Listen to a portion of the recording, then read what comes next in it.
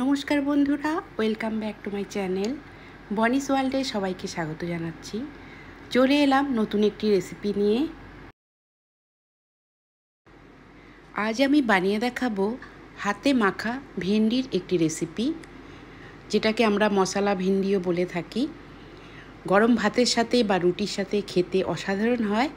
তাহলে রেসিপি দেখতে থাকুন।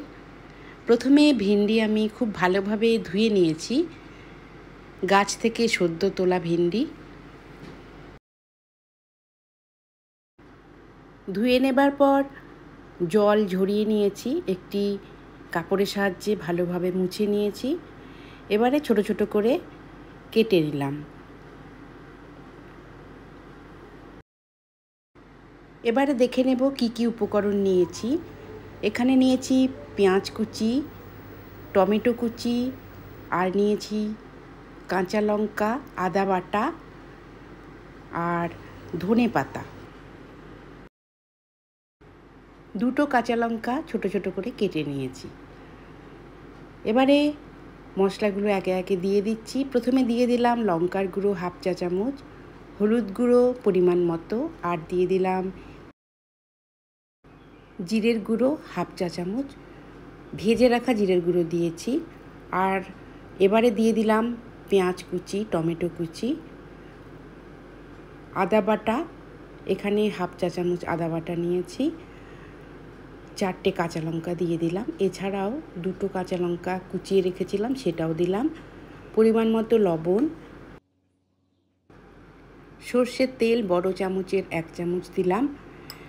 এবারে সমস্ত উপকরণ খুব ভালোভাবে মিশিয়ে নেব।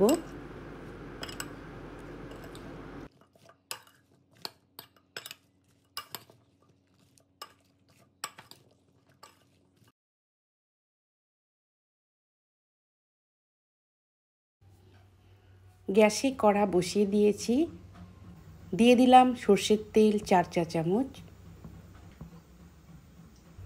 তেল গরম হতে দেব। তেল গরম হয়ে যাবার পর এখানে দিয়ে দিলাম 5 ফোড়ন শুকনো লঙ্কা। হালকা নাড়াচাড়া করে নিচ্ছি।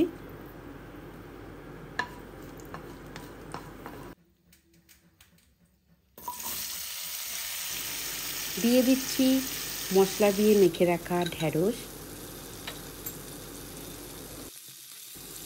হাই ফ্লেমে 3 থেকে 4 মিনিট ভেজে নেব। আর এই রান্নাতে কোনো জল দেব না, ঢাকা দিয়ে রান্নাটা করব। 3-4 মিনিট পর ঢেকে দিলাম এবং গ্যাসের ফ্লেম ছোট করে দিয়েছি। চলে এলাম কিছুক্ষণ পর, ঢাকা তুলে নিয়েছি, একটু নাড়াচাড়া করে নেব।